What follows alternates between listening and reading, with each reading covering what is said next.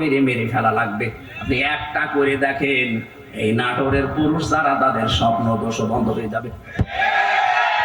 জেনা করা আপনার জিনিসপত্র হয়তো উঠবে না, দৃশ্য মনে হবে ওরে বাবা পাথর মেরে জায়গায় মেরে ফেলছে। আপনি যেটা দিয়ে জেনা করবেন ওই ওই জিনিস নষ্ট হয়ে যাবে।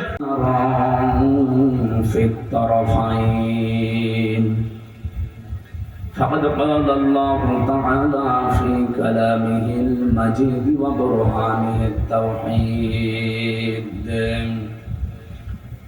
জবান করে পড়েন আউযু বিল্লাহি মিনাশ শাইতানির রাজীম বিসমিল্লাহির রহমানির রহিম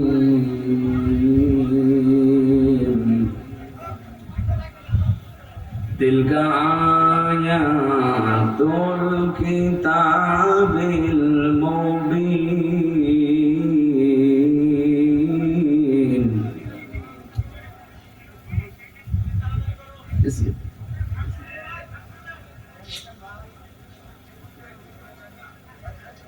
نتلو عليك من نبأ موسى وفرعون بالحق لقوم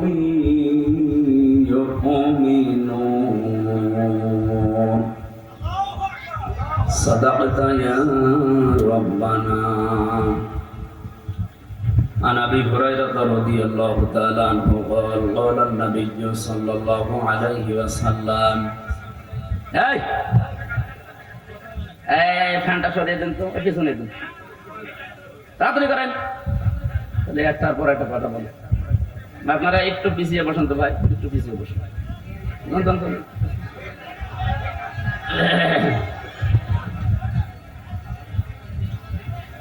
মিডিয়া এক কথা কয়বার বলবো আপনাদের? আর দাঁড়াবেন না ভাই, বসেন, তাড়াতাড়ি বসেন। কি আপনাদের আবার আলাদা ভাবে বলা লাগবে? বসেন।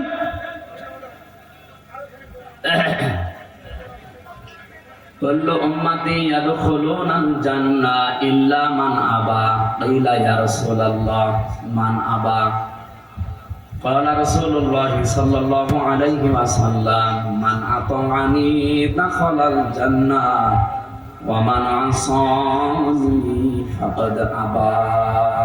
রাওয়াহু মুসলিম। عن معاذ بن جبل رضي الله تعالى عنه قال قال النبي صلى الله عليه وسلم خذوا العطاء ما دام عطاء فإذا صار رشوة في الدين ولستم بتاركه يمنعكم الفقر والحاجة ألا إن ريح الإسلام دائرة تدور مع الكتاب حيث دار ألا إن الكتاب والسلطان لا يفترقان فلا تفارق الكتاب إلى آخر الحديث رواه ابن ماجه. وقال تعالى في شان حبيبي وما زادهم إلا إيمانا وتسليما. اللهم صل على سيدنا مولانا محمد.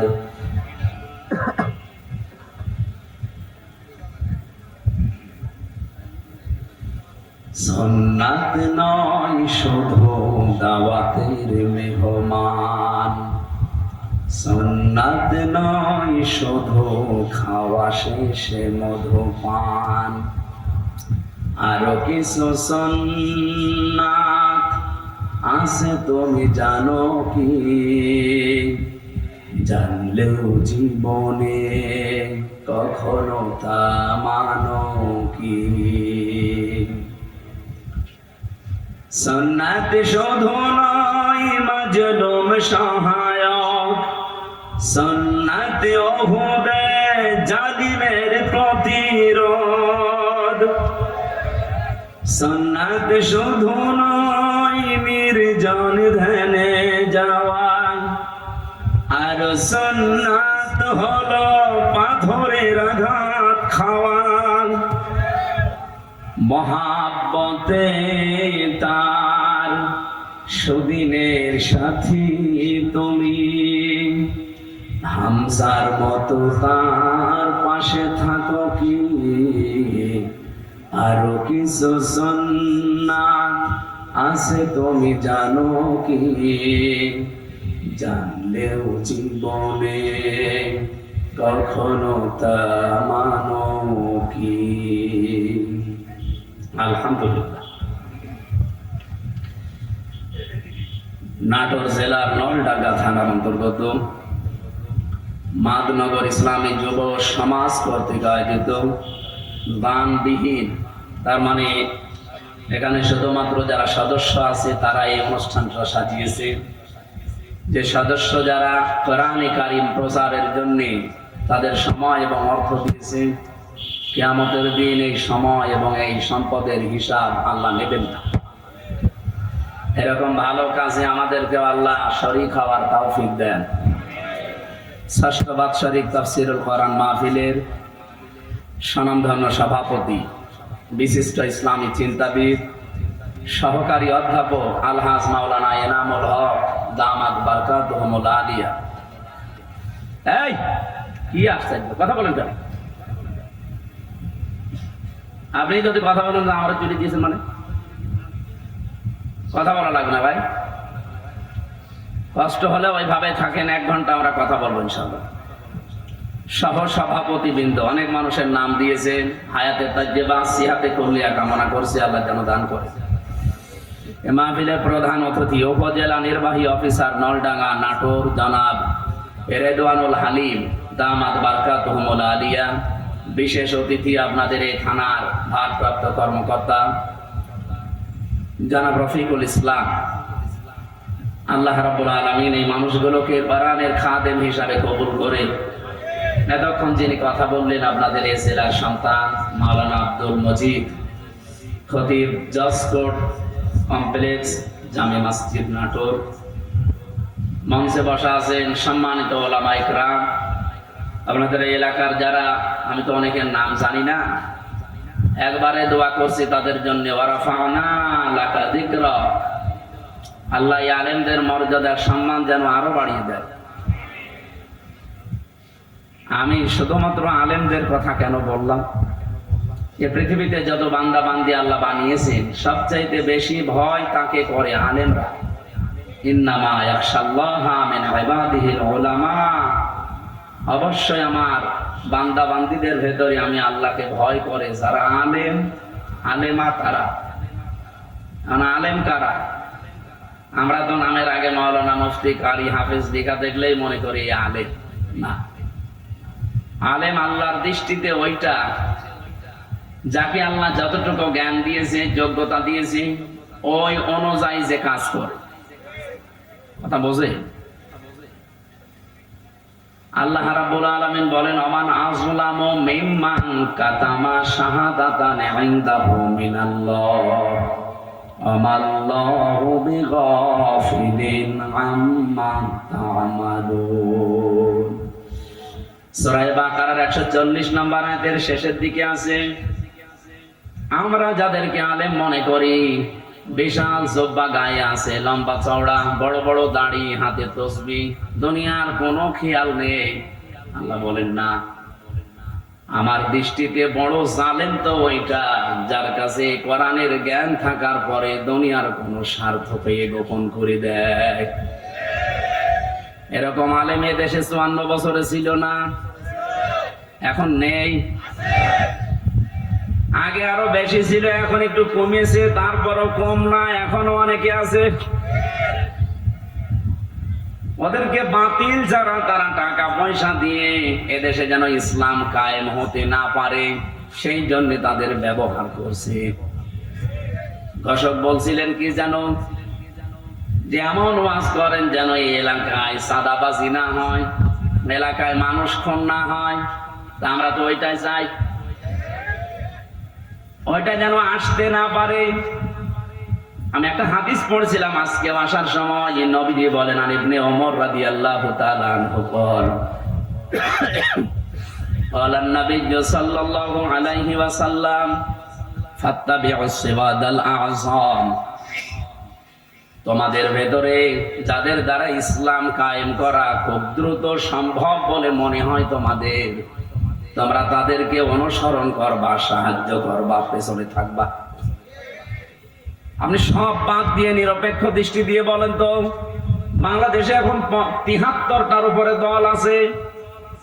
আমি যতটুকু অ্যানালাইসিস করেছি এই দেশ নিয়ে, যতটুকু দেখলাম, বাংলাদেশে ইউনিয়ন পরিষদ থেকে শুরু করে আন্তর্জাতিক পরিমণ্ডল পর্যন্ত সুচারুরূপে দুর্নীতি ছাড়া বাস্তবতার সাথে আল্লাহর বিধান দিয়ে চালানোর ক্ষমতা এখন এই দেশে জামাত ইসলামীর আছে। যদি অন্য কোন দলের থাকে আপনি নাম বলেন, আমি তার ওয়াজ করব, বলেন। হ্যাঁ, ইসলামপন্থী দল এখনো প্রায় আছে ৩৯টা। একটাকেও দিলে তারা সংসদ থেকে শুরু করে আপনি এই ইউনিয়ন পর্যন্ত পুরাটা, এমনকি আন্তর্জাতিক পরিমণ্ডলে যে ব্যবস্থাগুলো আছে চালানোর সক্ষমতা এখনো হয়ে ওঠেনি। কিন্তু জামাত ইসলামী বাংলাদেশে এভাবে লোক তৈরি করা আছে। আপনি বলেন এটাকে আমি বানিয়ে বললাম? তাহলে হাদিস ছিল ফাত্তাবিউস সিওয়াদাল আযম, অনুসরণ করবা তাদের যাদের দ্বারা ইসলাম কায়েম করা দ্রুত সম্ভব। তা আমি তো হাদিসের বাংলা বললাম, খালি নামটা চলে এসেছে জামাত ইসলামী। অন্যটা যদি আমি পেতাম তাহলে তাদের নাম বলতাম। আমি তো মিলিয়ে দেখছি যে না, কেউ সম্ভব না। হয়তো ইউনিয়ন পারবে, উপজেলা পারবে, পৌরসভা পারবে, হয়তো সংসদ ভবনও পারবে। আন্তর্জাতিক পরিমণ্ডলে যে বিষয়গুলো আছে এগুলো ক্যাপচার করার জন্য যোগ্যতা লাগে। বিদেশে একজন মেহমান এসেছে, আপনার সাথে অর্থনীতি নিয়ে আলোচনা করবে। আপনাকে অর্থনীতি পুরাটা তাকে ইসলাম দিয়ে সুদ ভিত্তিক অর্থনীতি, ওটা ভেঙ্গে চোরমার করে এটাকে বিজয় করা লাগবে। সে তো আপনাকে আসবে বড় বড় জায়গা থেকে এসে এমন এমন যুক্তি দেবে, আপনি তার ভাষাও বোঝেন না, তার যুক্তিও বোঝেন না। আপনি শুধু নিজের দেশ নিয়ে চলতে পারবেন। এতটুকু একটা দেশে প্রায় 18 কোটির উপরে আমরা মানুষ বাস করি। আমি বিশ্বের এমনও দেশে গেছি, এই দেশের তুলনায় ওই দেশটা কম পক্ষে 7 ডবল বড়, অথচ মানুষ মাত্র 1 কোটি। বলেন তো, এর চাইতে 7 ডবল বড় একটা বিশাল দেশ, মানুষ মাত্র 1 কোটি। তাও বাংলাদেশের মানুষ সেখানে আছে 40 লাখ। আর ওই দেশের মানুষ এবং বিভিন্ন জায়গা থেকে এসে হয়েছে 60 লাখ। অথচ দেশটা এই দেশের তুলনায় 7 ডবল বড়। আমি যখন জার্নি করতাম এই দেশটা, আমি পুরা এলাকা ঘুরে দেখলাম 1150 কিলোমিটার হয় টেকনাফ থেকে তেতুলিয়া। অথচ আমি ওই দেশে, এই প্রদেশ থেকে ওই প্রদেশে প্রায় 2200-3000 কিলোমিটার প্রতিদিন রান করেছি। এত বড় বিশাল দেশ, মানুষের সংখ্যা মাত্র 1 কোটি। তারা যদি মনে করে না বিশ্বের কোন জায়গায় আমাদের ধর্ণা দেওয়ার দরকার নেই, আমরা নিজেরাই উৎপাদন করি, নিজেরা স্বয়ং সম্পূর্ণ আমরা পারবে, তারা তা আপনি পারবেন না। আপনাকে বিভিন্ন দেশ থেকে খাবার নিয়ে আসা লাগবে, রসদ জোগানো লাগবে। আন্তর্জাতিক পরিমণ্ডলে যে ব্যবসা বাণিজ্য গুলো আছে, রেমিটেন্স যোদ্ধা যারা আছে, ওরা যদি সব বন্ধ করে বলে যা তোর দেশে ফেরত যা, আপনি ভিক্ষা করে খাবেন। রোহিঙ্গারা তো আছে, যাই হোক, আপনি রোহিঙ্গার বাবা হয়ে যাবেন। এই জন্য বাস্তবতার দিকে তাকিয়ে বলছি ভাই, আমরা যা দেখতে পাচ্ছি এই হাদিসের আলোকে, ইউনিয়ন পরিষদের মেম্বার থেকে শুরু করে আন্তর্জাতিক পরিমণ্ডল পর্যন্ত সব জায়গায় সততা এবং যোগ্যতা এবং দুর্নীতি মুক্ত ভাবে এরা যে চালাতে পারে তার প্রমাণে 1 বছর 1 মাস। 1 বছর 1 মাসে এদের ভেতরে একটা চাঁদাবাজি মানুষ পাওয়া যায়নি। ডাইল খোর নেই, মদ খোর নেই, এমনকি বিড়ি খোরও নেই। আপনি বলেন, যদি ধরিয়ে দেন তো বলেন যে অমুক বিড়ি খায়, হ্যাঁ, যদি কয়েকটা খায়ও মনে করবো কেবল নতুন এসেছে। 11 বর্ষ থেকে জমান নামাজ পড়ে বের হলাম, 18 জন এসে আমার বলছে, হুজুর আমরা এতদিন মানুষের তৈরি করা আইনের পক্ষে ছিলাম, এখন আর নেই, এখন আমরা দিন কায়েম করতে চাই। এই পদ্ধতি যেহেতু বাংলাদেশ জামাত ইসলামী এখন এগিয়ে আছে, সুতরাং আপনি আমাদেরকে এই দলে নেন। আমি বললাম কালেমা পড়ানো লাগবে? বলছে না, কালেমা আমরা জানি, কিন্তু এতদিন ভুল পথে ছিলাম। আমি জোয়ার যা দেখছি, সারা দেশে যে জোয়ার উঠেছে, সরা নসরের আয়াতগুলো মনে হচ্ছে আল্লাহ এই মাত্র বাংলাদেশে আবার নাজিল করল।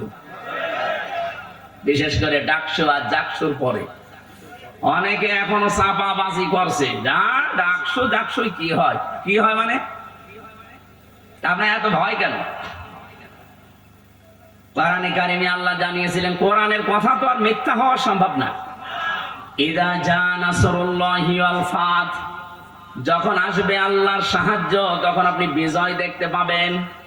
আর বিজয়ের সূচনা কি, নমুনা কি, সিমটাম কি, চিহ্ন কি, এগুলো আল্লাহ একটা একটা করে দিচ্ছেন।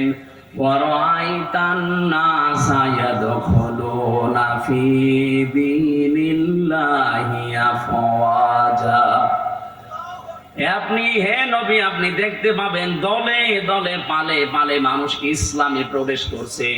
ইসলাম মানে জামাত ইসলামী না, ইসলাম মানে যারা দিন কায়েম করতে চায় জমিনে, এটাই আসল ইসলাম। এদেশে বহু ইসলাম আছে, তারা দিন কায়েম করতে চায় না, তারা আরো বিরোধিতা করে। এই কথা বলে না কেন? এই জন্য অনেক আলেম লেগে গেছে ইসলামী আন্দোলনের বিরুদ্ধে। একামতে দিন যারা কায়েম করতে চায় তাদের বিরুদ্ধে ফতোয়াবাজি পর্যন্ত অনেক নাম করা আলেম করছে। আমার নাম ধরা লাগবে?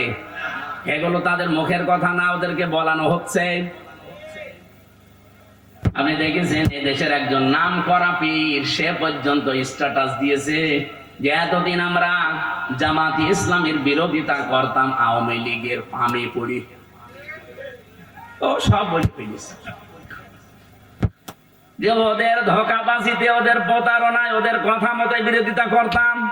এখন দেখছি এই দেশে ইসলাম ইউনিয়ন থেকে সংসদ পর্যন্ত পূর্ণাঙ্গ ভাবে চালানোর সব জায়গায় লোক আছে জামাত ইসলামের। অন্য কাউকে দিলে তারা পারবে না, অন্য কোন হুজুর পার্টিকে দিলে তো পারবেই না। এমনকি জেনারেলকে দিলে আপনি দেখবেন বাবা শাহজালাল সব হালাল হয়ে গেছে। আমরা কি ওই দৃশ্য আর দেখতে চাই না? চ্যাম্পিয়ন হয়েছে বর্বর কয়েকবার, এবার এই দেশ চ্যাম্পিয়ন হবে ইসলাম দিয়ে ইনশাআল্লাহ। এই জন্য আমি নাম নিলাম না, কারণ আলেমদের একটা মর্যাদা আছে।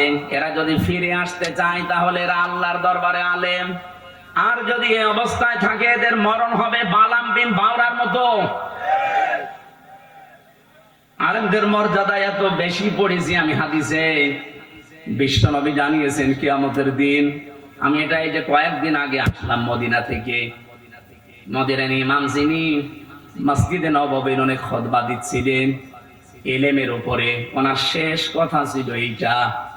হাদিসটা উনি আরবিতে পড়ার পরে ব্যাখ্যা করছিলেন আবার আরবি দিয়ে। আমি বাংলায় বলছি, উনি যে কথা বললেন এটার সারমর্ম এটা, কিয়ামতের দিন আলেমদেরকে আল্লাহ যখন বিচার করবেন, ওদেরকে আল্লাহ পর্দা দিয়ে ঘিরে নেবেন, আলাদা ভাবে ঘিরে নিয়ে বলবে, মাওলানা ইনামুল হক এই করেছিলি, জিজ্ঞাসা করবে এই এই করেছিলি, প্রত্যেকটা কথার জবাব দেওয়া লাগবে যে হ্যাঁ। রব্বুল আলামিন ওর মুখের কাকতি মিনতির দিকে তাকিয়ে বলবে, গোপনে তোরে মাফ করে দিলাম, কাউকে বলবি না, জান্নাতে চলে যা। কিন্তু সে আলেমও তো আবার থাকা লাগবে। আপনি যদি কোরআনের কোন বক্তব্য জানার পরেও দুনিয়ার কোন স্বার্থ পেয়ে, সিদ্ধি পেয়ে যদি গোপন করে রাখেন, আপনি আল্লাহর দরবার আর আলেম নেই, আপনি পুরা জালেম হয়ে গেছেন। আল্লাহ শব্দটা উল্লেখ করলেন আজলাম, এটা সুপারলেটিভ ডিগ্রি।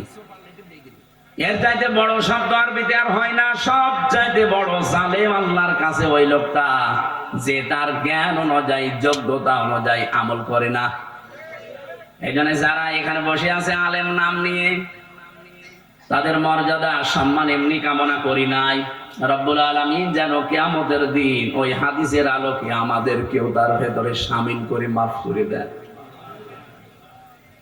সামনে বসা মুসলমান ভাইরা, পর্দার আড়ালে সম্মানিতা মা এবং বোনেরা, প্রাণ প্রিয় নাটোরবাসী, আমার বাড়ি তো খুব বেশি দূরে না, কুষ্টিয়া।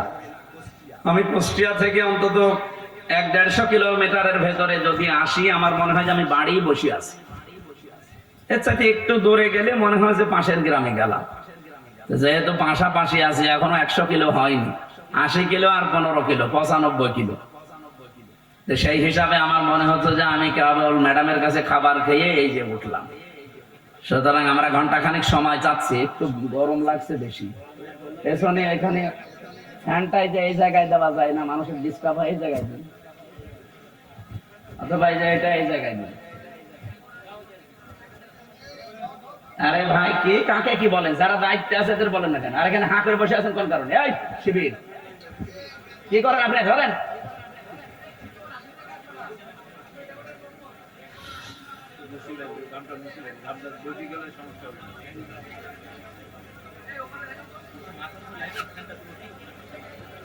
দেন, এটা দেন, এই ফ্যানটা দেন, এই ফ্যানটা দেন, এই ফ্যানটা দাও তো, এই ফ্যানটা দাও।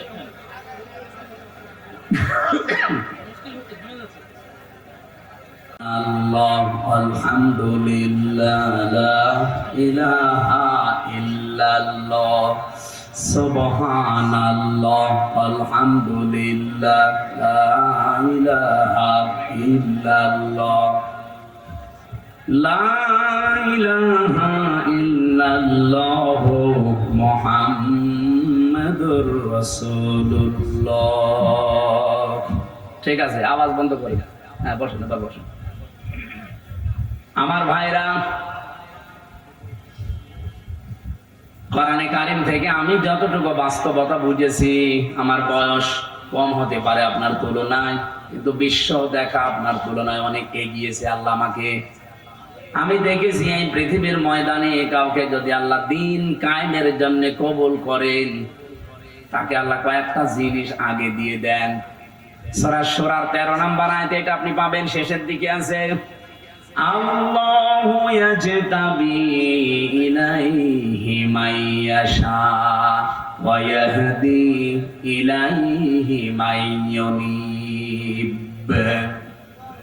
রব্বুল আলামিন বলেন, আমি আল্লাহ যাকে ইজতেবা করি, পছন্দ করি, মনোনীত করি, নির্বাচিত করি, যাকে আমার ভালো লাগে, এই মানুষটাকে আমি দুনিয়াতে দিন কায়েমের জন্য নিয়োজিত করে দেই। ও পৃথিবী একদিকে দিয়ে দেবেন, দিন কায়েমের আন্দোলন ওর কাছে একদিকে আল্লাহ করে দেবে। আল্লাহ বলেন, আমি কেন করি জানো? ওয়া ইয়াহদি ইলাইহি মাইয়ুনিব। যে লোকটা দুনিয়াতে মন থেকে আমি আল্লাহর দ্বীনের দিকে সত্যিকার অর্থে ফিরে আসতে চাই, তাকে আল্লাহ এইভাবে নির্বাচিত করেন। আপনি আন্দাজে আসতে পারবেন না, আপনার মন আগে দ্বীনের দিকে ফিরে আসা লাগবে ইখলাসের সাথে। সুতরাং এই দেশে যারা দিন কায়েমের জন্য চেষ্টা চালায়, আপনি বিশ্বাস করতে পারেন আল্লাহ আপনাকে সবার ভেতর থেকে বেছে নিয়েছেন, নির্বাচিত করেছেন, পছন্দ করেছেন, মনোনীত করে ফেলেছেন। এর আগের শব্দে আপনি রাগান, যারা মুখস্থ আছে আপনি দেখেন যে বাড়িতে সূরা শূরার 13 নম্বর আয়াতের শেষের আগে আছে, কাবুরুন আলাল মুশরিকিনা মা তাদউহুম ইলাইহি। হে নবী, আপনি যেদিকে মানুষকে ডাকেন যে আসো আমরা সবাই আল্লাহর বিধান কায়েম করি, কারণ আপনাকে শুধু আমি না, পৃথিবীর যত নবী পাঠিয়েছি মাত্র 2 জন নবীকে বাদ দিয়ে প্রতিটা নবীর উপরে আমার আদেশ ছিল, আন আকিমুদ্দিন ওয়ালা তাতাফাররাকু ফি, যে দিন কায়েম করো, আল্লাহর বিধান জমিনে কায়েম করো, এ বিষয়ে কোনো মত পার্থক্য করবা না।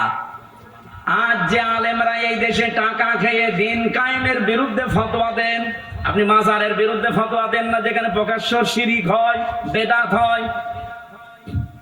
ইসলাম যারা কায়েম করতে চান তাদের বিরুদ্ধে আপনি লাগেন। হ্যাঁ, তাদের পদ্ধতি ভুল হতে পারে, কিন্তু তারা তো দিন কায়েমের বাইরে মানুষের তৈরি করা আইন কায়েম করতে চায় না। আপনি যদি সাহায্য করতে না পারেন, মুখ বন্ধ করার দরকার ছিল আপনার। আর আপনি আরো মানুষের ভেতর বিভ্রান্ত ছড়ানোর জন্য আলেম নাম নিয়ে জালেমের মতো কাজ করছেন।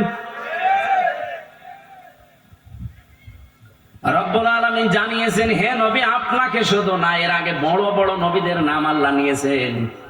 হযরতে ঈসা, মুসা, নূহ, ইব্রাহিম, এত বড় বড় পাওয়ারফুল নবীর নাম নিয়ে বললেন, আপনাকেও আদেশ দিলাম, তাদেরকেও দিয়েছিলাম যে দিন কায়েম করেন, আমার বিধান কায়েম করেন জমিনে আগে, আর এই বিষয়ে কোনো মত পার্থক্য, কোনো ফতোয়াবাজি করবেন না।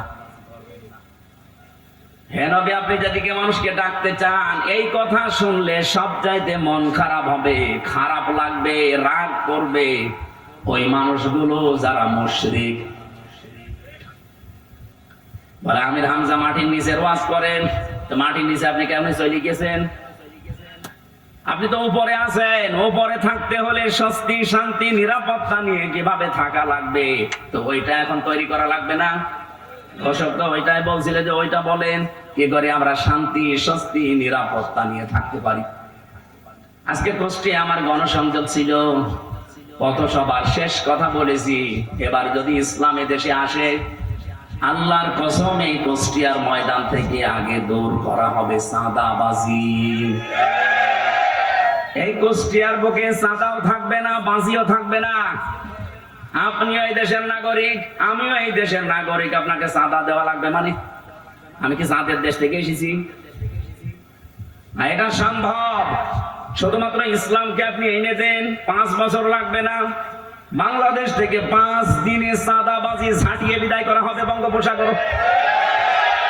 কোনদিন তার মুখে আপনি চাঁদা এর শব্দও শুনবেন না, কারণ ঔষধ কি দেওয়া লাগে ওটা আমার জানা আছে। পৃথিবীতে যত বড় অপরাধ আল্লাহ তত বড় শাস্তি দিয়েছেন। দেখবেন জেনা করে যদি বিবাহিতা যারা, তাদেরকে পাথর মেরে মেরে ফেলা লাগবে। আপনি একটা করে দেখেন, এই নাটোরের পুরুষ যারা, তাদের স্বপ্ন দোষ বন্ধ হয়ে যাবে। জেনা করা আপনার জিনিসপত্র হয়তো উঠবে না, দৃশ্য মনে হবে ওরে বাবা, পাথর মেরে জায়গায় মেরে ফেলছে। আপনি যেটা দিয়ে জেনা করবেন ওই জিনিস নষ্ট হয়ে যাবে। চুরি করলে হাত কেটে দাও, আপনি একটা করেন, দেখেন চুরি বন্ধ হয় কিনা। কারণ আল্লাহ পাক ভালো করে জানে যে ঔষধ দেওয়া লাগে কোন জায়গায়। যারা ডাকাতি করে, যারা সন্ত্রাসী করে, যারা চাঁদাবাজ, তাদেরকে বিপরীত দিক থেকে অঙ্গ প্রত্যঙ্গ কেটে দেওয়ার নিয়ম সূরা মায়েদায় আছে। একটা কেটে দেন, আপনাদের নাটোরের কেন্দ্রীয় মসজিদের সামনে অথবা জজকোর্টের সামনে নিয়ে, এই নাটোরে আর কিয়ামতের আগে চাঁদাবাজি হবে না। এটা সম্ভব এবং আমরা পারবো ইনশাআল্লাহ, সামনে আসবে। সুতরাং এই আয়াত থেকে আমি যে থিওরিটা পেয়েছি, আল্লাহর বিধান কায়েমের কথা বললে যাদের মন খারাপ হয়, তারা যেন বিশ্বাস করে তারা মুশরিক। আপনি হয়তো বলতে পারেন, কি আমি নামাজ পড়ে আসলাম? আরে ভাই, আপনি টের পাচ্ছেন না? যে কোনো কায়দায় আপনার দ্বারা শিরিক হচ্ছে, প্রকাশ্যে হোক গোপনে হোক। আর যারা শিরিক করে তারা কি বলেন? বলেন, এর চাইতে আর স্পষ্ট কি বলা যায়? অবশ্যই আপনার দ্বারা কোনো না কোনো ভাবে শিরিক হচ্ছে, নয়তো আল্লাহ বলতো না যে কাবুরা আলাল মুশরিকিন, যে মুশরিকদের কাছে খারাপ লাগবে।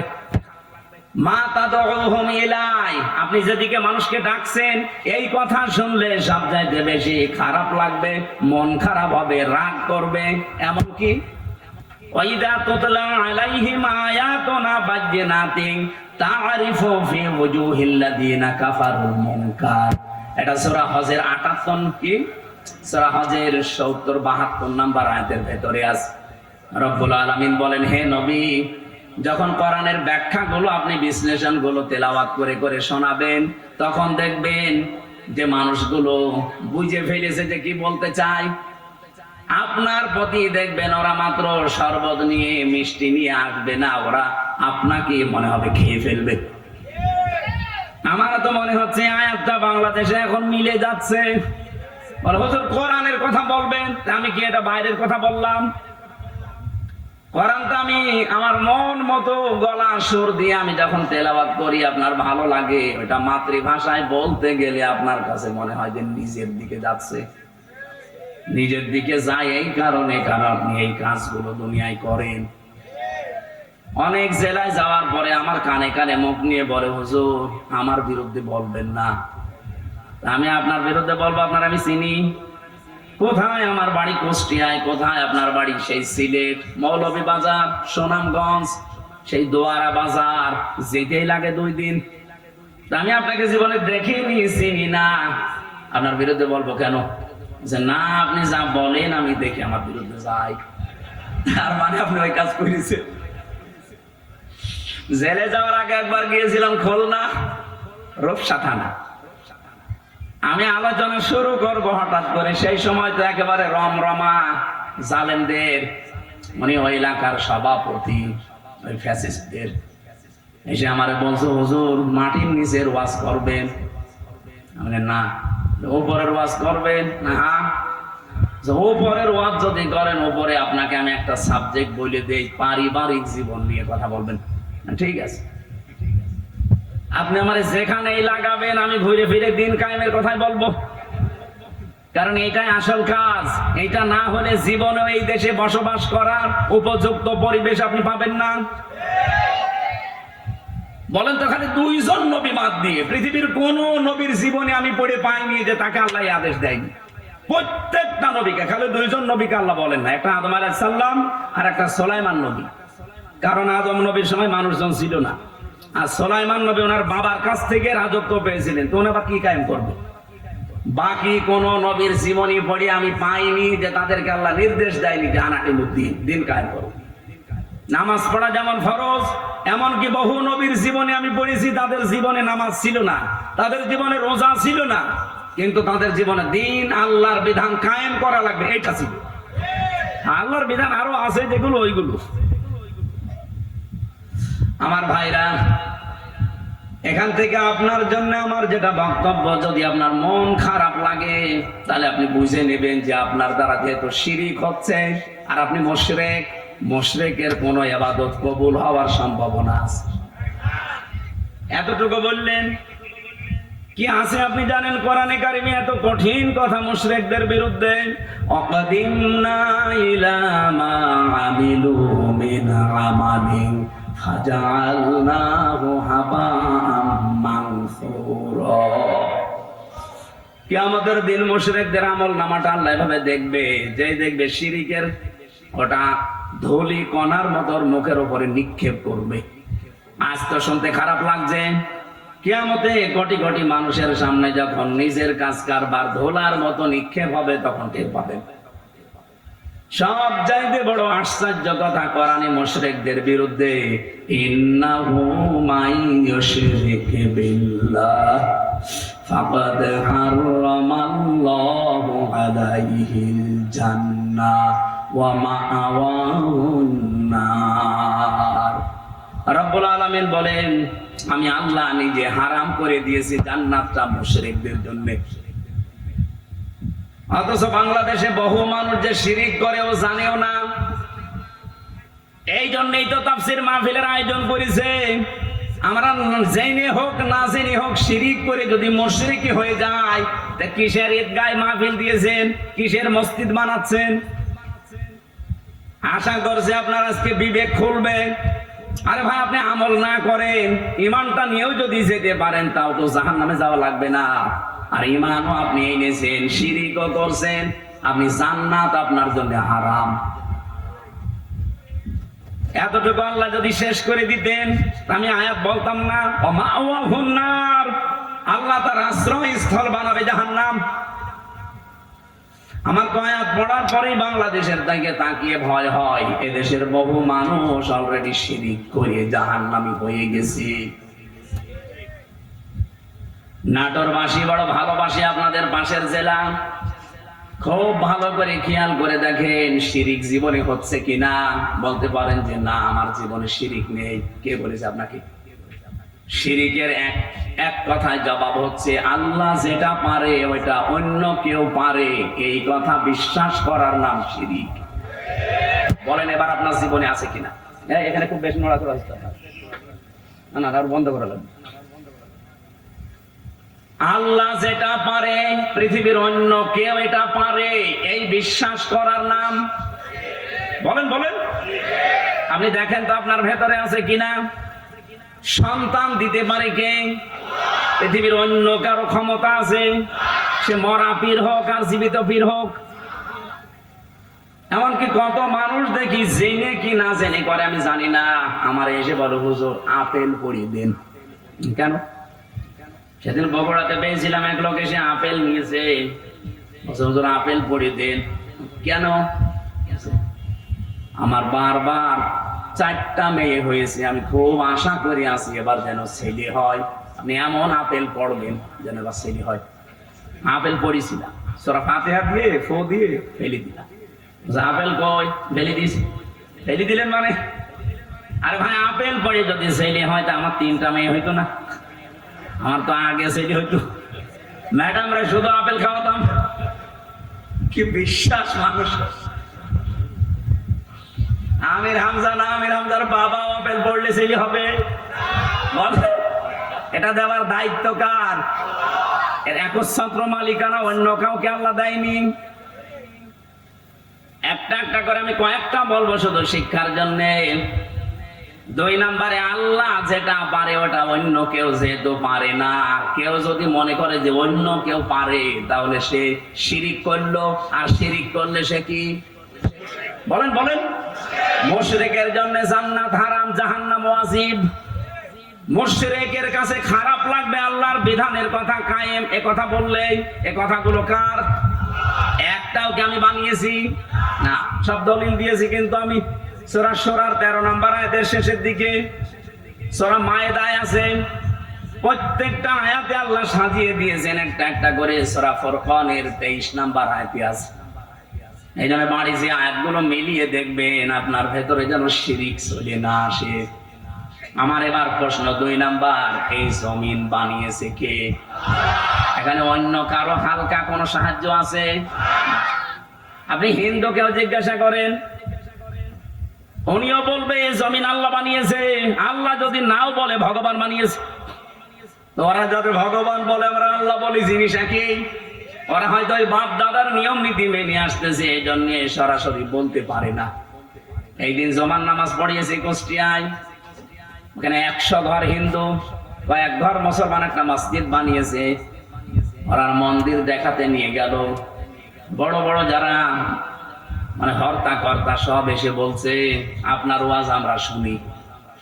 ওয়ালা ইন সাআলতাহুম মান খালাকাস সামাওয়াতি ওয়াল আরদা লা ইয়াকুলুন্না আল্লাহ। হে নবী, আপনি যদি আবু জেহেলকেও জিজ্ঞাসা করেন আসমান জমিন কে বানিয়েছে, ও বলবে আল্লাহ বানিয়েছে। তো ওদের ভেতরেও দেখলাম হ্যাঁ এরকম একটা পরিবেশ আছে, কিন্তু মুখ ফুটে বলতে পারছে না। সবার ভেতরে আমার আল্লাহ আছে, কিন্তু এই মানুষটা হয়তো তার পরিবার অথবা তার সমাজের কারণে মুখ ফুটে বলতে পারে না। যাদের বিবেকটা কাজে লেগে যায় ওদেরকে আর থামাতে পারে না। সেদিন যশোরের এক কলেজের অধ্যাপক হিন্দু, ওনারে বলেছিলাম যে স্যার আপনি তো বিসিএস ক্যাডার, জ্ঞান আছে আমি জানি, আপনি আমার ধর্মীয় গ্রন্থ কোরআন আরবিতে পড়ার দরকার নেই, আপনি পড়তে পারবেন না। আপনাকে আমি ইংরেজি ভার্সন দিচ্ছি অথবা বাংলা, একবার বুঝে বুঝে পড়াটা পড়বেন। 3 মাস সময় দিয়েছিলাম যে 3 মাস পরে আপনার সাথে আমি দেখা করব। 3 মাস পরে দেখি আল্লাহর বান্দা নিজের থেকেই মুসলমান হয়ে গেছে। এজন্য বিবেক যদি হালকা কাজে লাগে ওরে আর আপনি ধরে রাখতে পারবেন না। কারণ পৃথিবীর মানুষ সবাই জানে যে পৃথিবীর সব ধর্মগুলো ভুয়া ধর্ম, বানানো ধর্ম, শুধু ইসলাম আল্লাহ পাঠিয়েছেন।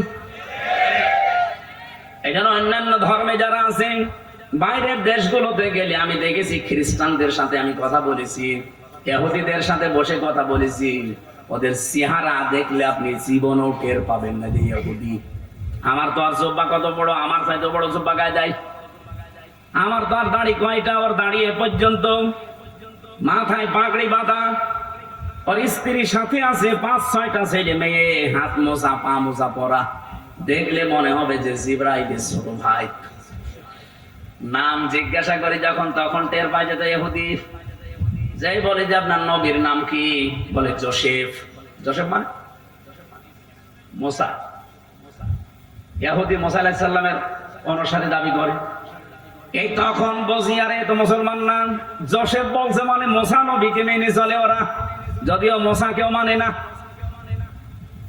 খ্রিস্টানদের সাথে দেখা হয়েছিল আমেরিকায়, জিজ্ঞাসা করলাম ভাই ইংরেজিতে হ্যালো ব্রাদার, ওনারে আমি যত ভালো প্রশ্ন করলাম একটা একটা করে। প্রথম প্রশ্ন ছিল যে আপনার হোয়াট ইজ ইউর নেম। ওনার নাম বলার পরে আমি টের পেয়েছি যে না, এ মুসলমান না।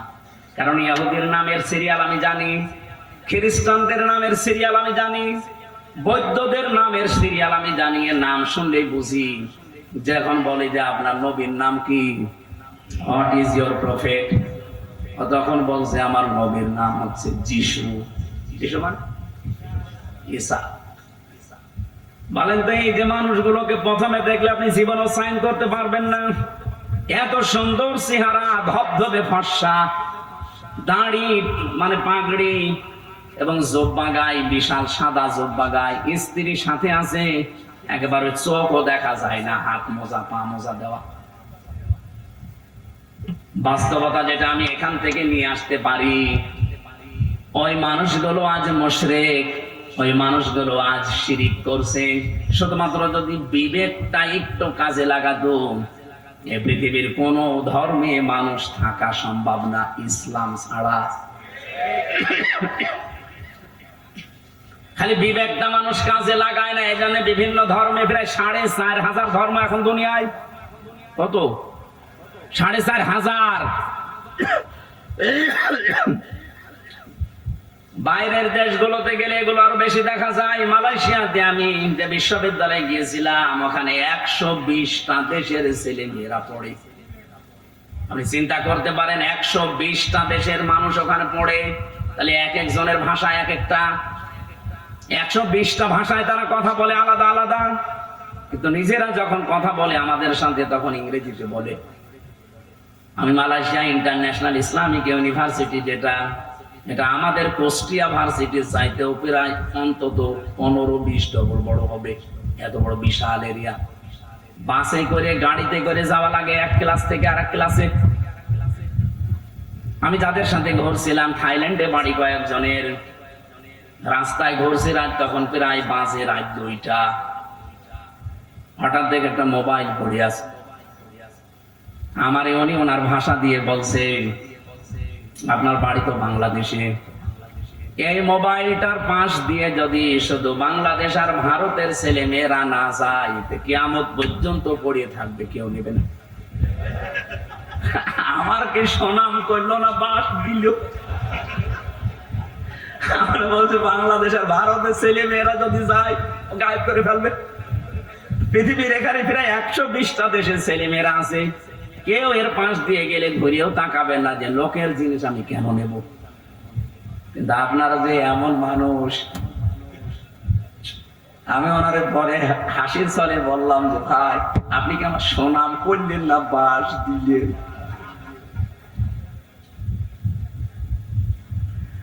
আমি যে কথা তুলেছিলাম, আজ বিবেকটা কাজে লাগিয়ে একটা বিসিএস ক্যাডার মাত্র 3 মাসের ভেতরে, উনি আরবিও পড়ে নাই, শুধু বাংলা আর ইংরেজি ভার্সন পড়ে অলরেডি মুসলমান হয়ে গেছে।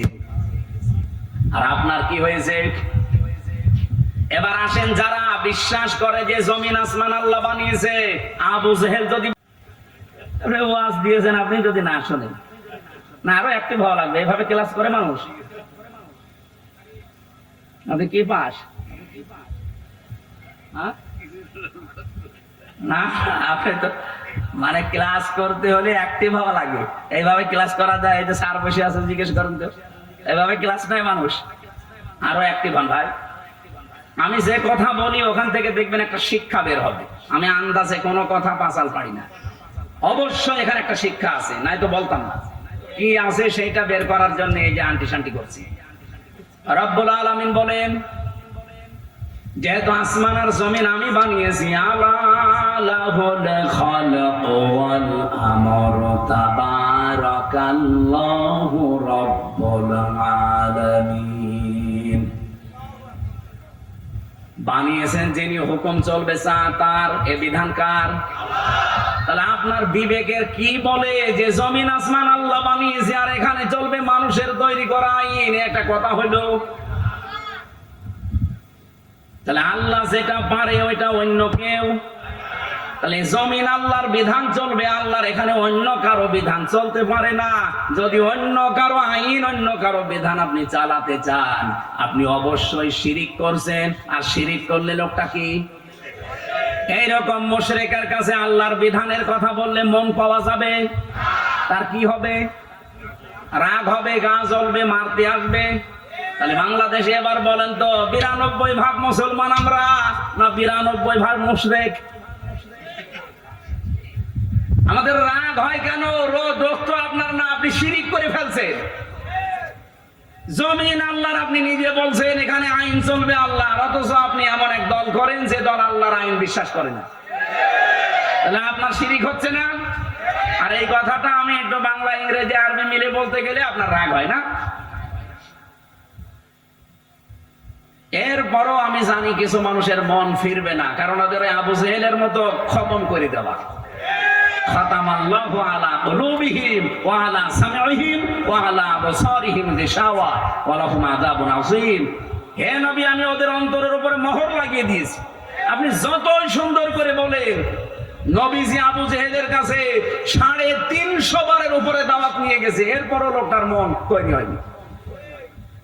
আমার মনে হয় 350 বার না, আমি তো আপনার কাছে এই 11.5 বছর তো আমি ময়দানে, 3 বছর নয় জেলে ছিলাম, বাকি সময় তো বহুবার আপনি আমার আলোচনা, আলেমদের আলোচনা শুনেছেন, এরপরও আপনার পরিবর্তন হয় না।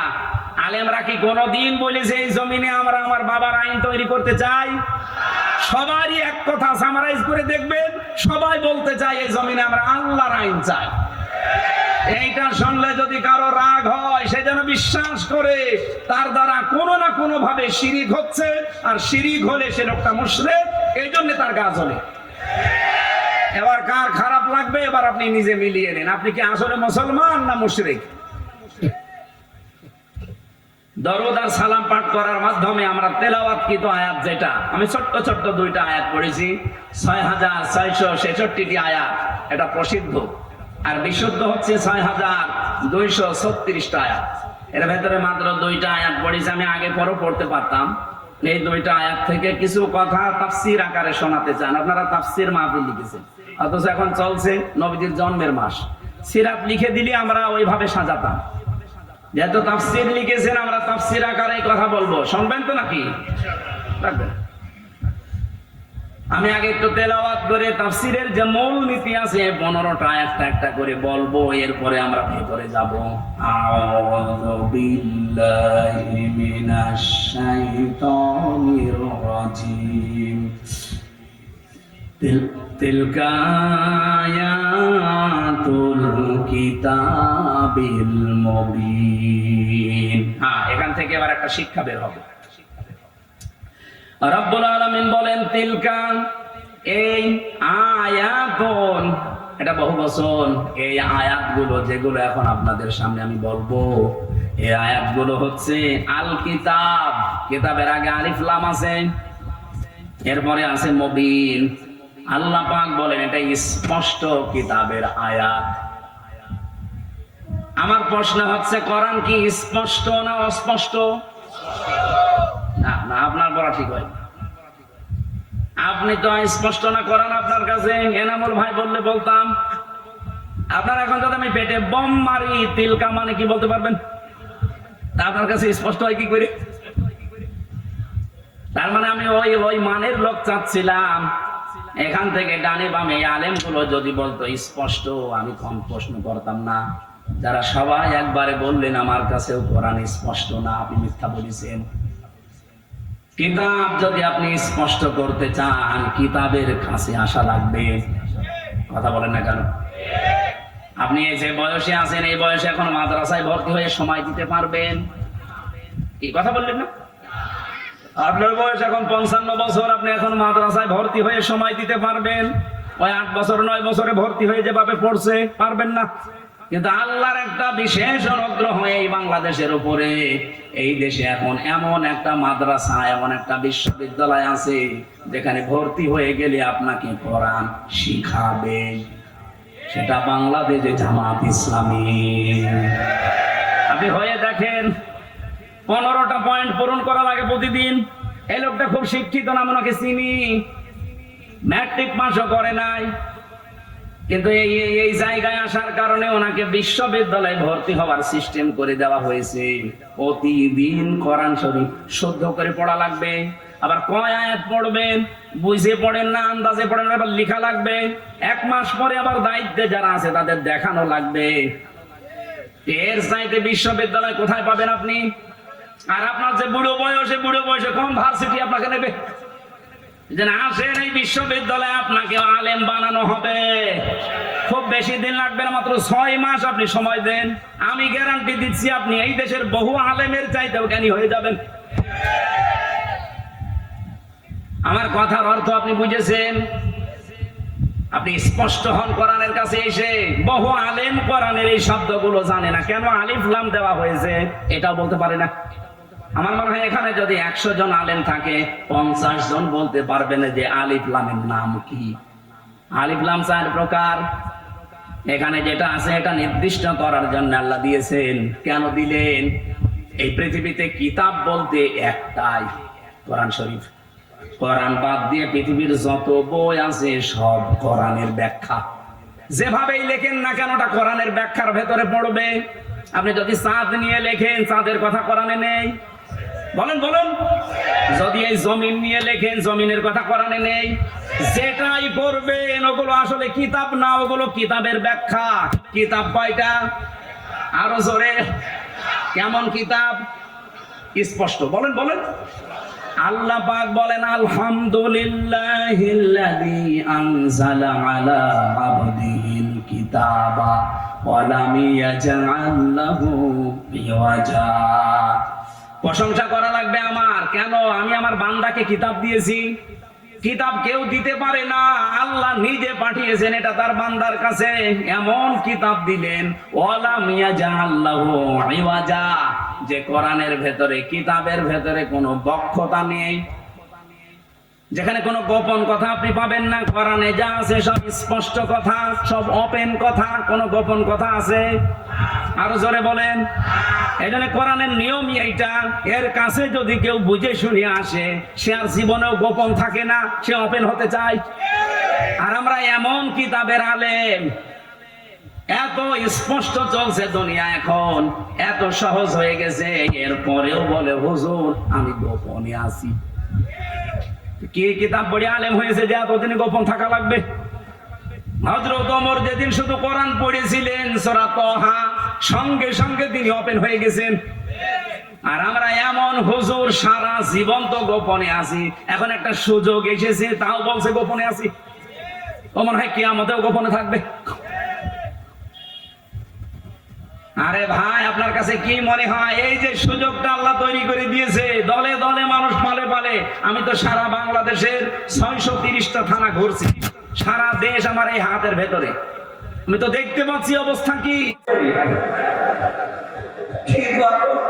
এখন দোয়া করলে তো বন্ধ হবে। আমি কি করেছি? 620টা মান আমার একটা বছরে 2-3 মাস থাকতে পারি, বাকি সবসময় রাস্তায় থাকি। এই জন্য এই দেশের আলেম ওলামারা এখনো যে ভয়ে চিন্তায় আছে। কোনো ভয় নেই, আপনার কোনো চিন্তা নেই। ইসলাম এবার আসবে, আর আপনারা সবচাইতে বেশি সুযোগ সুবিধা পাবেন। সে কওমি বলেন, আলিয়া বলেন, খারেজি বলেন, যাই বলেন। কিন্তু কিছু আলেম নামধারী, এদেরকে আমার রামরা এখনো পর্যন্ত পেছনে লেগে আছে। জামাত ইসলামী বাংলাদেশের বিপক্ষে একটা কথা লাগিয়ে দেন, এরা আসলে নাকি মাদ্রাসার বেতন বন্ধ করে দিবে। এটা শয়তান বিশ্বাস করবে? এটা আপনার কথা না, আমরাও জানি। আপনাকে দিয়ে রাম আর বামরা বলাচ্ছে।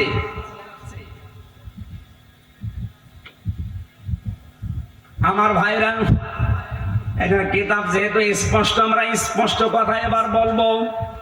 এটা যদি কেউ রাজনীতির গন্ধ খুঁজে মনে করেন এটাও আমাদের মতো ধান্দাবাজি, এক চোর আর একজন চোর মনে করে, এই কথা বলে না কেন? আমি তো কোরআনের আয়াত দিয়ে স্পষ্ট কথাই বলবো। এবার কিন্তু আপনার ভেতরে দোষ আছে, আপনি মনে করবেন আমিও মনে হয় আপনার মতো ধান্দাবাজ। না, আপনার মতো ধান্দাবাজ বাংলাদেশ জামাত ইসলামীতে নেই। কারণ এই দেশে জামাত ইসলামী একমাত্র দল যারা গ্যারান্টি দিয়েছে যদি এই দেশে রাষ্ট্র ক্ষমতায় তারা যেতে পারে 1 টাকার মালিক তারা হবে না। আমিরে জামাত ঘোষণা দেয়নি যে এই দেশ থেকে যদি কেউ এমপি হয়, মন্ত্রী হয় জামাত ইসলামী থেকে, 5 বছরে তাদের 1 টাকা বাড়বে না। অন্য কোন দলের লোক এই ঘোষণা দিক, ওই দল থেকে এমপি দাঁড়াবে না। কি কথা বলেন না কেন? আমার নিজের আসনে একজন আছে, উনি ঘোষণা দিয়েছে এই সিট রক্ষা করার জন্য আমি দরকার হয় 50 কোটি টাকা খরচ করব। আপনার কি লাভ? আমার 1 টাকা খরচও নেই, তোলার ধান্দাও নেই। আর আপনি 50 কোটি টাকা যদি খরচ করেন, আল্লাহর কসম আপনি 100 কোটি টাকা মারবেন। এরকম মারিং কাটিং যারা, তাদের মতো আমরা হব এবার। বলেন বলেন। ওরা তো আমাদেরকে এইটাই মনে করে, এই জন্য ট্যাগ দেয় যে আমরা নাকি ইসলাম নিয়ে আমরা ব্যবসা করি। কে বলিস আপনাকে? আমরা ইসলাম নিয়ে ব্যবসা করি না, আমরা জান্নাতের টিকিট বিক্রি করি না। জান্নাতে যাওয়া যায় কি করে? আমরা রাস্তা দেখাই। আপনি এভাবে দেখান, আপনারটাও মানুষ যাবে। আপনি দেখাতে পারেন না, আপনি শুধু আছেন মারিং কাটিং এর ধান্দায়। বাবা শাহজালাল কুত্তা বিড়াল সব হালাল, সব হালাল করে নিয়েছে। কুত্তা বিড়াল কি সব হালাল? কিন্তু মানুষের কাছে তো মনে হচ্ছে সব হালাল হয়ে গিয়েছে।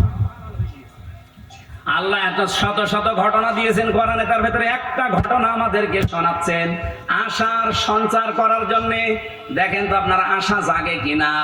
নাতলু আলাইকা মিন নাবাই মূসা ওয়া ফিরআউনা বিল হক। নাতলু মানে আমি তেলাওয়াত করছি। কে বলেন বলেন? আল্লাহ বলেন আমি তেলাওয়াত করছি আলাইকা আপনার কাছে, বা আপনার উপরে আমি তেলাওয়াত করছি আপনার নিকটে, মিন নাবাই ঘটনা থেকে। কার ঘটনা? মূসা ওয়া ফিরআউনা, মূসা এবং ফিরআউনের, বিল হাক্কি সত্য ঘটনা। তার মানে এখন যেটা বলা হবে এটা মিথ্যা। বলেন বলেন। আল্লাহ বলেন আমি সত্য ঘটনাটাও যেমন তেমন ভাবে না, যথাযথ ভাবে তোমাদেরকে আমি শোনাচ্ছি। হ্যাঁ, এটা শুনলে কি হবে? লিকৌমি ইউমিনুন, যে জাতির ভেতরে আমি আল্লাহর প্রতি বিশ্বাস আছে এই ইমানদারদের জন্য আমি বর্ণনা করছি। কি হয়েছিল শোনো, তোমরা তো ওই সময় ছিলে না। ইন্না ফিরআউনা আলা ফিল আরদি, অবশ্যই ফেরাউন এই জমিনের ভেতরে ছিল একজন স্বৈরাচার, সন্ত্রাসী, সীমা লঙ্ঘনকারী। আমি একটা শব্দ যদি বানিয়ে বলি, যারা এখানে বসেন তাদের জিজ্ঞাসা করেন, আমি আয়াতটা বাংলাদেশের সাথে মিলিয়েছি। বলেন তো আল্লাহ 1500 বছর আগে না হাজার হাজার বছর আগের ঘটনা এটা, এই নাজিলি হয়েছে এই ঘটনাটা 1500 বছর আগে। তিনি বললেন এই পৃথিবীর জমিনে একজন ফেরাউন ছিল, সে ছিল সীমা লঙ্ঘনকারী। কি করেছিল সে? ওয়াজাআলা আহলাহা শিয়া, এই জমিনে ওর দেশের মানুষের ভেতরে দলে বিদলে মানুষকে বিভক্ত করে রেখেছিল। আমাদের বাংলাদেশের দিকে তাকানি, 54 বছরে বহু মানুষ এই দেশে দায়িত্বে এসেছে, তাদের একমাত্র টার্গেট ছিল ইসলাম যেন এক জায়গায় হতে না পারে। এবার একটু 8টা দল ইসলামী, এগুলো একটু এক জায়গায় এসেছে, অনেকের মাথা খারাপ হয়ে গেছে। ফেরাউনের অভ্যাস ছিল এই, ওর কর্মসূচি দিয়ে রেখেছিল এরা যেন এক জায়গায় হতে না পারে। এদের দলে বিদলে বিভক্ত করতে করতে ছোট ছোট দল বানিয়ে দাও। এ বাংলাদেশে এমনও দল আছে, উনি সভাপতি, ওনার ছেলে সেক্রেটারি, আর কেউ নেই। কি আমি বানিয়ে বললাম?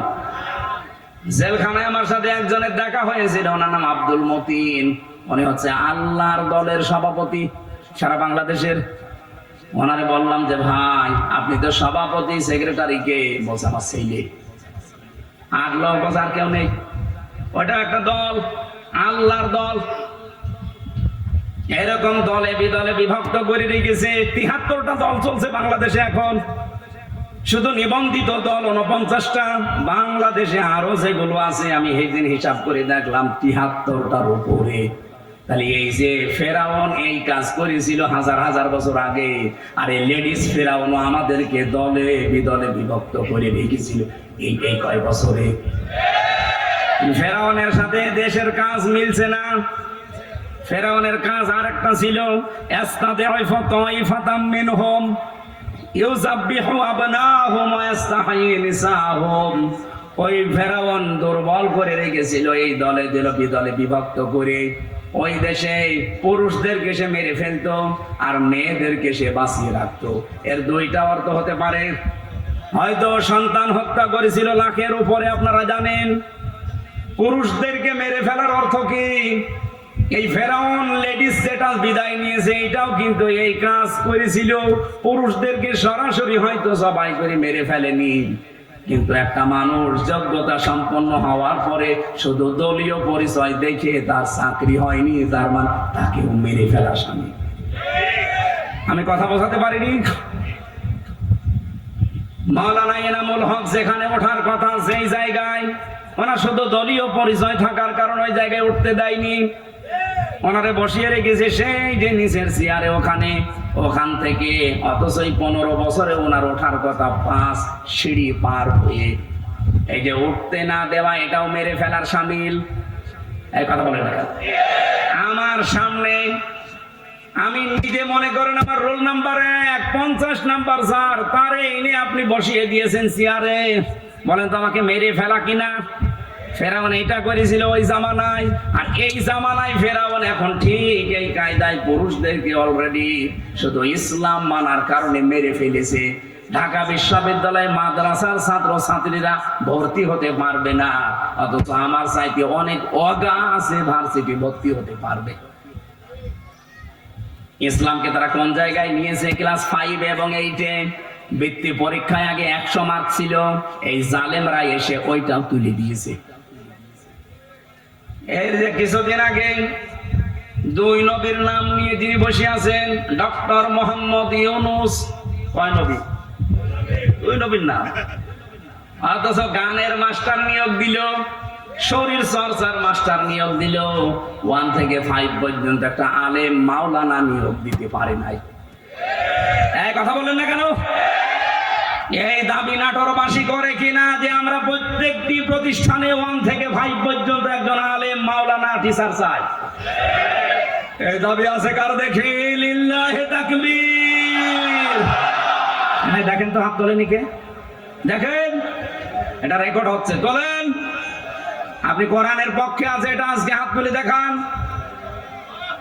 ডক্টর মোহাম্মদ ইউনূসের কাছে যদি নাও যায়, এটা আরো সে চলে গেছে ইনশাআল্লাহ।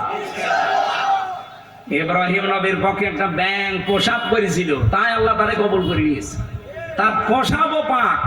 আর আপনি আজকে কোরআনের শিক্ষার পক্ষে হাত তুলে কিয়ামতের দিনে হাত আপনাকে জান্নাতে নেওয়ার জন্য চেষ্টা চালাবে ইনশাআল্লাহ। আমার ভাইরা, তাহলে পুরুষদেরকে মেরে ফেলতো আর মেয়েদেরকে সে বাঁচিয়ে রাখতো ভোগ করার জন্যে, অথবা তাদেরকে দিয়ে জেনা ব্যভিচার করিয়ে সমাজটা নষ্ট করার জন্যে। ইন্নাহু কানা মিনাল মুফসিদিন। আল্লাহ পাক বলেন নিশ্চয় সে ছিল ফাসাদ সৃষ্টিকারী, সীমা লঙ্ঘনকারী, বিশৃঙ্খলাকারী। এ পর্যন্ত আল্লাহ যদি শেষ করে দিতেন, এই আয়াতগুলো আমি বলতাম না। এবার একটা আশার বাণী শুনিয়েছেন, ওয়ানুরিদু আন্নামুন্না। আল্লাহ পাক বলেন আমি একটা ইচ্ছা করলাম। এই এদিকে তাকান, ইচ্ছা করছে আমির হামজা কে? আরো জোরে বলেন। আল্লাহ বলেন আমি একটা ইচ্ছা করলাম। কি?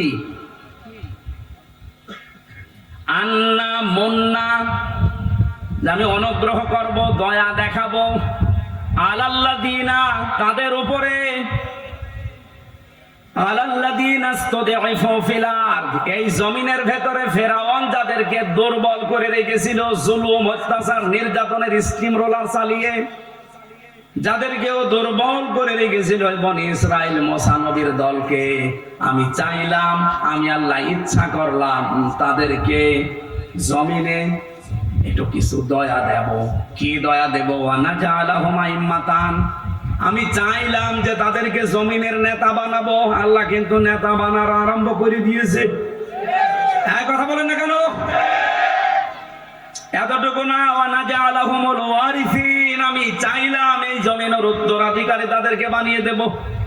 আমার তো মনে হচ্ছে খাপের খাপ মমতাজের বাপ মিলে যাচ্ছে।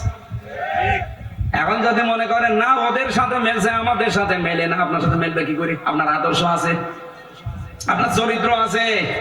রাত 9টার পরে তো আপনার পা ঠিক মতো মাটিতে পড়ে না। আপনার চরিত্র কিসের? আপনি লাউ পানি খান, আপনি ডাইল খান, আপনি বাবা খান। আল্লাহ কাদের উপরে দয়া করে যেটা দেখা লাগবে, যাদের উপরে ফেরাউন জুলুম অত্যাচার নির্যাতনের স্টিম রালি চালিয়েছিল, আমার তো মনে হচ্ছে 54 বছরে যাদের উপরে মিথ্যা তহমত দিয়ে উল্টা পাল্টা কথা দিয়ে জাতির কাছ থেকে আলাদা করে রেখেছিল, বিশেষ করে 15.5 বছরে সবচাইতে বেশি জুলুম অত্যাচার নির্যাতন যে দলের উপরে করা হয়েছে, ওই দলকে আল্লাহ একটা অনুগ্রহ দিয়ে তাদেরকে এই জমিনের নেতা বানাবে এবং শাসন ক্ষমতা তুলে দেবে। আপনি বলেন মিলছে কিনা? যদি না মেলে আমি আয়াত পড়বো না। আমার তো কোরআন হাদিস পড়ে দেখতে পাচ্ছি, হ্যাঁ একেবারে 100% মিলে যায়। অনুমাক্কিনা লাহুম ফিল আরদ, আল্লাহ বলেন আমি চাইলাম জমিনে আমি তাদেরকে ক্ষমতায় বসাবো। অনুরিয়া ফিরআউনা ওয়া হামানা ওয়া জুনুদাহুমা, আর আমি দেখাবো ফেরাউনকে হামানকে, হামান মানে মন্ত্রী, ফেরাউনকে আল্লাহ দেখাবে। এখন লেডিস ফেরাউন এখনো বেঁচে আছে, ওকে আল্লাহ দেখাবে। এমনকি ওর মন্ত্রী পরিষদ যারা পালিয়ে আছে তাদেরকেও দেখাবে। অজনুদাহুমা, এমনকি তার সৈন্যবাহিনী, তার দলের লোক যারা, তাদেরকেও আল্লাহ নিজে দেখাবে। এখানে ফাইল কর্তা আল্লাহ নিজে। কি করবেন? মিনহুম মা কানু ইয়াহযারুন, যাদেরকে নিয়ে ওরা সবসময় ভয়ে থাকতো, যাদের বিরুদ্ধে মিথ্যা তহমত দিয়ে জাতির কাছ থেকে আলাদা করে রাখতো, আল্লাহ তাদেরকে বসিয়ে ওদেরকে দেখাবে। এই সিদ্ধান্ত কার? আপনার রাগ হয় কোন কারণে? আজ ডাকশো জাকশো রাকশো চাকশো শাকশো সব জায়গায় যদি বিজয়ীরা হয়, এই সিদ্ধান্ত নিয়েছেন কে? আরো জোরে।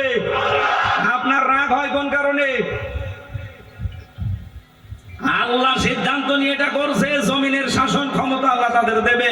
এই জমিনের উত্তরাধিকারী এবার হবে ইসলাম। আরো জোরে বলেন ঠিক কিনা? এটা দেখতে চান না চর্ম চোখে? 54 বছর তো বিভিন্ন জিনিস আমরা আনকমন দেখেছি, এবার একটু দেখি না কেমন কি লাগে। খালি ইসলাম 5 বছর লাগবে না, 2 বছর চলবে। এই বাংলাদেশ মিনি জান্নাত যদি না হয়, আপনারা আমার কাছ থেকে বুঝে নেবেন। খালি 2 বছর চলতে দেন, কোরআনটা দিয়ে 500 আইন আছে এর ভেতরে। 151 জন যদি এবার যেতে পারে না কোরআন বুকে নিয়ে, এদেশ ঠান্ডা করতে কাউকে লাগবে না, 151 জনই যথেষ্ট। এক অধিবেশনে একটা করে আইন পাস হবে, আর বাংলাদেশের মানুষের ভাগ্যের চাকা খুলে যাবে। মালয়েশিয়ার মতো দেশ 2004 সাল থেকে 21 বছরে তারা দাঁড়িয়ে গেছে, আর আমরা 54 বছরে দাঁড়াতে পারি নাই, শুধু এই ডাকাতদের কারণে। 1628 জন মানুষ এখন দায়িত্বে আছে। এই মানুষগুলো হযরত ওমরের মতো বানিয়ে দেন, আল্লাহর কসম এই দেশটা মিনি জান্নাত হয়ে যাবে। প্রশাসনের উপরে যে মানুষগুলো এখন দায়িত্বে আছে, এদের উপরে যে বৈষম্য চলছে, ইসলাম আসলে এটা প্রথম দূর করা হবে। এই যে পুলিশের 2,13,000 পুলিশ আছে। আগের জামানার কথা বাদ দিলাম, জালেমদের সময়, এখন প্রায় 2 লাখ পুলিশই অন্তত ভালো, 13,000 একটু খারাপ আছে। এরপরও ওরা যে বাম হাতের ইনকাম করে, শুধু দোষ ওদের না। আমরা কোরআনে কারিমকে এবার যদি সত্যি জায়গা মতো নিয়ে যেতে পারি, সর্বপ্রথম হাত দেওয়া হবে এই দেশের প্রশাসনে। ওদের প্রথম কাজ হবে, ওরা মেনে চলবে ওদের আইজির কমান্ড। বাংলাদেশে কোনো নেতা খেতা কোনো নেত্রীর কথা ওদের শোনা লাগবে না। 2 নম্বরে 8 ঘন্টা ডিউটির পরে যেই কয় ঘন্টা ওরা ডিউটি করে জনগণের জন্য, ওভার টাইম হিসাবে মাস শেষে বেতন দেওয়া লাগবে। 3 নম্বরে এই যে আজ নাটোর নলডাঙ্গা থানা থেকে, এটা কয় কিলো জানি না, কয় কিলো? 4 কিলো। এই 4-8 কিলো পথ ওরা এখানে এসেছে, এখানে থাকবে সারাদিন। মনে করেন সে দুপুর বেলা এসে এগুলো দেখছে, ওদের খাবার দাবার নাস্তা, এরপরে এই যাওয়া আসার যে বিল, এগুলো কিন্তু ওদের নিজেদের পকেটের টাকা। ওই যা বেতন পায় ওখান থেকে কেটে নেয়, ওখান থেকে খরচ করে। অথচ ওর উপরে ওর মা বাবা স্ত্রী সন্তান সবগুলো ডিপেন্ডেন্ট। কথা বলে না কেন? ও কি করবে? ওই 32,000 টাকা দিয়ে যখন চলে না, তখন ওই বাম হাতের ইনকাম করে, আর তখন ওদের খারাপ বলি। একটা মানুষ খারাপ হয় কেন? ওই রাস্তাটা বন্ধ করে দেন, ও খারাপ হবে না। পুলিশ যদি এখানে কেউ থাকে, আপনি তারা জিজ্ঞাসা করে দেখেন, আজকে যদি সে দুপুরে এখানে এসে থাকে, খাবার খাওয়া, চা নাস্তা খাওয়া, যাওয়া আসার সব বিল ওর পকেটে, কেন? ও কি ওর বাবার কাজ করছে না আমাদের কাজ করছে? যে সমাজের কাজ যখন করবে, এই বিল সমাজের অথবা সরকারের দেওয়া লাগবে না? এটা দেওয়া হয় না। এরকম প্রত্যেক জায়গায়। আমি যে ওসিকে পড়াতাম কুষ্টিয়ায়, সেই 11 সালে, ওনার বেতন ওই সময় মনে হয় কত 42,000 টাকা ছিল, আমার সঠিক মনে নেই। 42,000 টাকা বেতন, অথচ ওনার বউ আর মেয়ে আর ছেলে 3 জন ঢাকাতে যে ফ্ল্যাট নিয়ে থাকে, 52,000 টাকা বেতন। তো কি ফেরেশতা জিবরাইল দিয়ে যাবে? এই কারণে শেষে একটু এদিক এদিক করে বলতো, হুজুর দোয়া করেন আল্লাহ যেন মাফ করে দেয়। আমরা এবার আর দোয়া না, এবার একেবারে এই যে 151 জন যদি যেতে পারে, একটা একটা করে আইন পাস হবে, আপনারাও শান্তিতে থাকবেন। ও প্রশাসনে হোক, বিচার ব্যবস্থায় হোক, ইসলামী অর্থনীতিতে হোক, সবাই আমরা এই দেশটাকে সাজিয়ে নিতে চাই। সুতরাং এই দেশে আর চাঁদাবাজি হবে না, এ দেশে মানুষ মার্ডার হবে না, ধর্ষণ বললাম না, সব নদী বন্ধ হয়ে যাবে। আল্লাহ রাব্বুল আলামিন এরকম একটা পরিবেশ আমরা চাই না। মেয়েরা যারা এসেছে তাদের সম্মান দেবেন, কারণ এই পৃথিবীতে আল্লাহ যখন কারো উপরে রাজি হয়, খুশি হয়, তখন তার বাড়িতে একটা মেয়ে পাঠায়। সুতরাং আমার প্রতি আল্লাহ খুশি হয়েছে, আমার বিশ্বাস, কারণ তিনটা মেয়ে আল্লাহ আমাকে দিয়েছে। এই 3টা মেয়ের উপরে যদি আমরা দায়িত্ব পালন করি, 1 নম্বরে তাকে পেয়ে খুশি হওয়া, 2 নম্বরে তার ভালোবাসা আদর করা, তার পেছনে খাওয়া দাওয়া করানো যে খরচ আছে, 3 নম্বরে তাকে দ্বীনের শিক্ষা দেওয়া, 4 নম্বরে সৎ পাত্রে পাত্রস্থ করা। বাকি 3টা আমি আদায় করে অলরেডি ফেলেছি, 4 নম্বরটা বাকি আছে। যদি আমি করতে পারি, নবীর হাদিস যে এই মেয়েটাই আমাকে জান্নাতে পৌঁছিয়ে দেবে ইনশাআল্লাহ। যাদের মেয়ে আছে তারা খুশি না বেজার? খরচ করছেন তো, দিন শিক্ষা দিচ্ছেন, সৎ পাত্র থেকে পাত্রত্ব করবেন, যার বাম হাতের ইনকাম আছে নাকি? আল্লাহ আমাদের তৌফিক দিন। রাত গভীর হয়ে গেছে। মেয়েদের আরো বিস্তারিত বলতে পারতাম, আমার গলা ব্যথা করছে। মেয়েদের এই বইটা লিখেছি আমি। দাম্পত্য জীবনে যে মারামারি, গন্ডগোল, কলহ, খালি ঝগড়া, এটা মিটাতে হয় কি করে? এখানে 120 পৃষ্ঠা আছে। দাম্পত্য জীবনে কলহ এবং তার সমাধান, এটা একটা মেয়েদের জন্য, একটা ছেলেদের জন্য। আর এইটা শুধুমাত্র মেয়েদের জন্য। এই যে আদর্শ নারী, এই স্টেজের পেছনে আছে বা গাড়িতে আছে, যাওয়ার সময় নিয়ে ওনাদেরকে পড়াবেন। আশা করছি পরিবারে শান্তি ফিরে আসবে। আল্লাহুম্মা আমিন। লা ইলাহা ইল্লা আনতা সুবহানাক ইন্নী কুনতু মিনাজ জালিমিন। এই মোনাজাতটা বসে করেন ভাই, মোনাজাতটা বসে করেন। রাত 11:10 বাজে। বসেন বসেন, মোনাজাতটা বসে করেন। রব্বানা আতিনা ফিদ দুনিয়া হাসানা ওয়া ফিল আখিরাতি হাসানা ওয়া কিনা আযাবান নার। রব্বুল আলামিন, সারা জীবন অপরাধ করে জীবনটা নষ্ট করে ফেলেছি। কোরআন কারীম শুনতে এসে বহু আশা নিয়ে আজকে হাত তুললাম। আল্লাহ কোরআনের দিকে তাকিয়ে যেমন চতক পাখির মতো বসে শুনছিলাম, এই দিকে তাকিয়ে হলো আজকে মাফ করে দাও। এছাড়া অপরাধগুলো শুধু মাফ করে দিও না, জায়গাটা নেকি দিয়ে পাল্টিয়ে দাও। এ মাহফিলে যে সদস্য